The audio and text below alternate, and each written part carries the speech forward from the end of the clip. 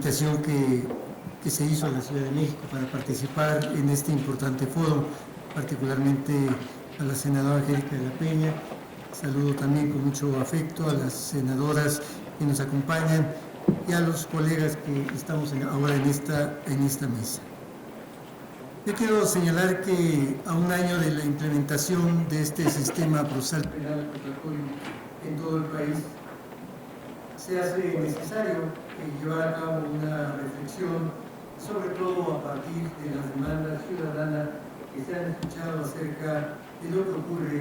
con respecto a la protección de sus bienes jurídicos con motivo de la implementación de este nuevo sistema. Uno de los fenómenos que se ha advertido y que se ha venido discutiendo como consecuencia o producto de la interpretación y aplicación de este sistema es algo que se le ha llamado como la puerta giratoria, que bueno, tiene su origen en Argentina y que obviamente ha venido reflejando una serie de preocupaciones a nivel de la sociedad y por supuesto a nivel de quienes nos corresponde aplicar este nuevo sistema. En este marco justamente la Conferencia Nacional de Gobernadores, presidida ahora por el doctor Miguel Ángel Mancera Espinosa, jefe de gobierno de la Ciudad de México, ha elaborado una iniciativa de reformas tanto a la Constitución como al Código Nacional de Procedimientos Penales. Esta iniciativa, lejos de considerarse como un retraso, un retroceso al sistema procesal penal, en realidad es una iniciativa que resulta ser coincidente con el esquema fundamental de protección a los derechos humanos, tanto del imputado como de la víctima. Pero asimismo, a través de esta propuesta se pretenden fortalecer los instrumentos jurídicos para que el Ministerio Público realice en favor de la sociedad una investigación más efectiva, certera y oportuna, con el propósito de contar con un sistema procesal penal acusatorio que satisfaga, como señalé hace un momento, los intereses y demandas de la sociedad. Uno de los temas que ha sido objeto de mucha discusión es el que tiene que ver con la llamada prisión preventiva oficiosa. Sabemos que el sistema procesal penal acusatorio encuentra su base en diversos principios esenciales, como son la presunción de inocencia, la legalidad y la excepcionalidad de la prisión preventiva, lo cual está reflejado, por supuesto, en el artículo 19 de la Constitución. Sin embargo, en la aplicación de este modelo se ha evidenciado con justificado extrañamiento de la sociedad que son pocos los casos en que al amparo de los principios de presunción de inocencia y excepcionalidad de la prisión preventiva, los imputados de hechos típicos que afectan gravemente a la sociedad, como por ejemplo el robo de vehículos y que son procesados por el mismo tipo de actos respecto de los cuales en otro proceso hayan tenido esa condena, obtienen su libertad y en esa condición enfrentan procedimientos en libertad. En ese esquema es que la propuesta de reforma a la Constitución que se hace a través de la Conferencia Nacional de Gobernadores va encaminada a establecer una serie de delitos que deben formar parte de este catálogo establecido en el artículo 19 y a través del cual se busca garantizar no solamente los derechos lisos y llanos de las víctimas producto de la comisión del delito, sino también garantizar una efectiva justicia teniendo obviamente restringida de su libertad a quienes se les atribuyen las conductas delictivas que agravian a la sociedad. En ese marco es que en un primer planteamiento de esta reforma se hace mención a incrementar los delitos que forman parte del catálogo de prisión preventiva oficiosa con la finalidad de generar ese esquema de protección. Esta reforma evidentemente que se plantea en este primer aspecto, evidentemente que no coarta de ninguna manera los derechos del imputado, respeta irrestrictamente el derecho de presunción de inocencia, pero además protege los derechos fundamentales de las víctimas, amplía la eficacia de la investigación por parte del Ministerio Público y buscan generar el criterio de los juzgadores al emitir sus resoluciones. En ese sentido, quiero señalar que en esta propuesta de reforma que se hace en el seno de la Comisión Nacional de Gobernadores, se hace mención a dos preceptos de la Constitución en donde se busca establecer nuevos esquemas de garantía hacia los derechos de las víctimas. En un primer término, ya como comentaba la senadora que me antecedió en el uso de la voz, se propone que se incluyan delitos dentro del catálogo de prisión preventiva oficiosa que permitirá garantizar de manera efectiva los derechos de las víctimas. Entre ellos ya se mencionaron algunos, como es la posesión, la aportación, la fabricación, comercio, importación, exportación y acopio de armas de fuego sin autorización legal respectiva o de uso exclusivo del ejército y fuerzas armadas. Sin embargo, en esta propuesta de reforma también se ha considerado incorporar a este catálogo conductas típicas que evidentemente han mostrado una preocupación importante en la sociedad y respecto de los bienes jurídicos que se protegen por parte de la norma penal. Y en este sentido, se propone incluir en este catálogo la figura del feminicidio, la extorsión, el robo de vehículos, el robo de casa de habitación con y sin violencia, los delitos cometidos en materia de hidrocarburos, petrolíferos y petroquímicos, así como el robo de transporte de carga. En ese sentido, se consideran que son delitos que han venido manifestándose en todo el país y que requieren necesariamente de una respuesta del Estado al inicio tanto de la investigación como del proceso mismo, y por eso es que se propone su incorporación en este catálogo previsto en el artículo 19 de la Constitución. En un esquema congruente con lo antes señalado, se propone también reformar el artículo 22 de la Constitución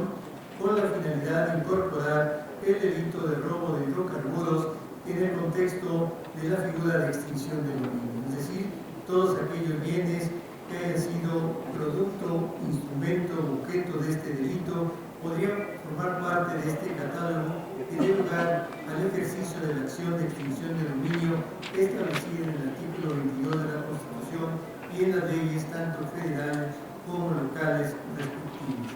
Y en ese sentido, evidentemente se trata de ir generando un ambiente de protección y garantía a estos bienes jurídicos, tanto de las víctimas como de la sociedad en general, que les permitirá garantizar que la persona o las personas que sean sujetos al proceso penal por la comisión de alguno de estos delitos podrá hacerlo en prisión preventiva y con esto, por una parte, evitar que puedan evadirse de la acción de la justicia y por la otra, garantizar la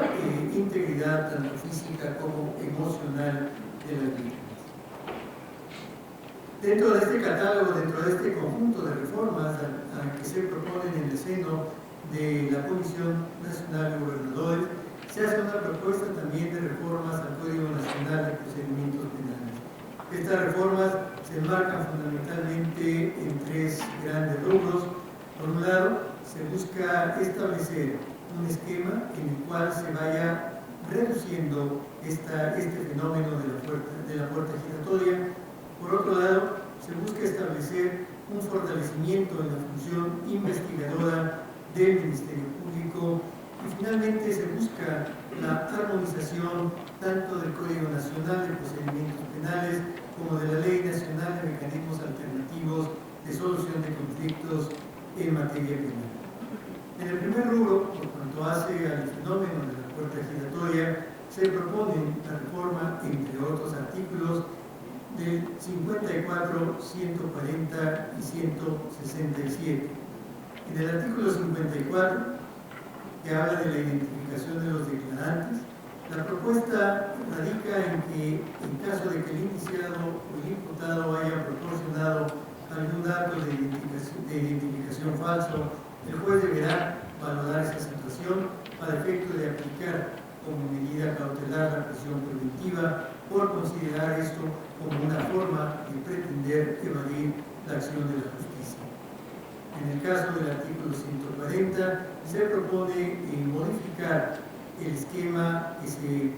mantiene hasta ahora, en donde queda la facultad del Ministerio Público de decidir sobre la libertad de las personas cuando no se encuentran,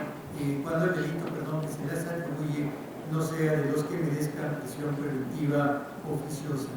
En este sentido, la propuesta va encaminada a limitar la libertad del imputado, solicitando la medida de prisión preventiva en los casos en que el imputado haya sido puesto a disposición de la autoridad ministerial con anterioridad por la comisión del mismo tipo de delito. Con esto, evidentemente, el Ministerio Público sabrá o estará evitando que una persona ingrese 2 o 3 o 4 ocasiones, sea puesta a disposición del Ministerio Público por la comisión del mismo delito y por no poder aplicar la figura de la prisión preventiva tenga que disponerse de su libertad, pero esto permitiendo que vuelva a continuar en la comisión de los delitos.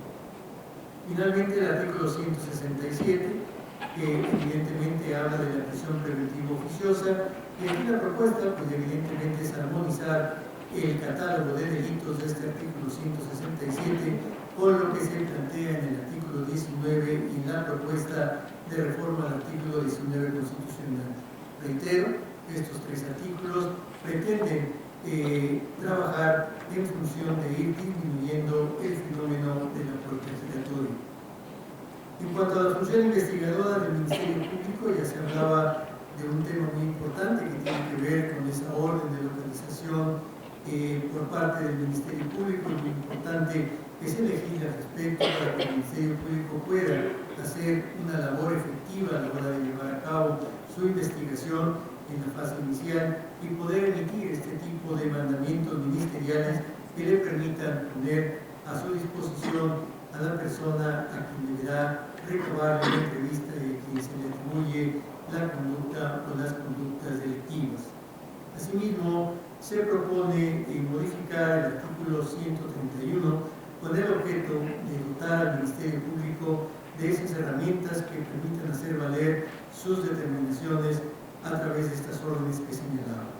El artículo 132 también se propone modificar para que pueda ser aportada a juicio toda aquella información que el policía, en ejercicio de su función investigadora, pueda aportar a efecto de que sea valorada por el juzgador. En el marco de la armonización del Código Nacional de Procedimientos Penales con la Ley Nacional de Mecanismos Alternativos de Solución de Controversias en materia penal, se hace necesario que el Código retome estos aspectos que la Ley Nacional marca a la hora de la firma de un acuerdo reparatorio. Es decir, la salida alterna que prevé el Código Nacional no puede llevarse a cabo o materializarse sin dejar de observar lo que marca la Ley Nacional de Mecanismos Alternativos, ya que en la práctica es muy común la celebración de acuerdos reparatorios como salida alterna, los cuales se ha venido impulsando como una forma de ir aliviando el esquema de tramitación del procedimiento penal, pero también lo es, en la práctica se han venido aplicando acuerdos reparatorios respecto de delitos que la propia ley nacional prohíbe que puedan materializarse en la aplicación de un mecanismo alternativo, pero al mismo tiempo se han venido aplicando o se han venido celebrando acuerdos reparatorios, no obstante la prohibición que la ley nacional establece en torno a que la persona que celebre el acuerdo reparatorio no puede estar privada de la libertad. Esto tiene una lógica, ya que uno de los principios fundamentales que se encuentran previstos en la ley nacional de mecanismos alternativos de solución de controversias tiene que ver con el principio de la voluntariedad. La voluntariedad no puede estar libre, la voluntariedad no puede manifestarse cuando una persona se encuentra restringida de su libertad y encuentra en el acuerdo reparatorio una salida no de reparar lisa y llanamente el daño de la víctima, sino una salida para poder obtener de nuevo su libertad. Nos parece que esta congruencia que debe de existir entre el Código Nacional y la Ley Nacional de Mecanismos Alternativos, por ser esta la ley especial, debería de darse de esta manera para efectos de evitar que se siga utilizando esta salida alterna de manera digamos, indiscriminada, sin la observancia de las condiciones que la ley especial establece.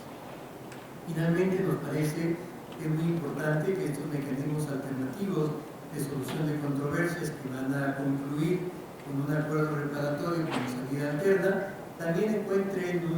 una lógica en cuanto a su aplicación y se presenten justamente como una alternativa o una única alternativa de la persona a quien se le atribuye una conducta delictiva para que solucione su conflicto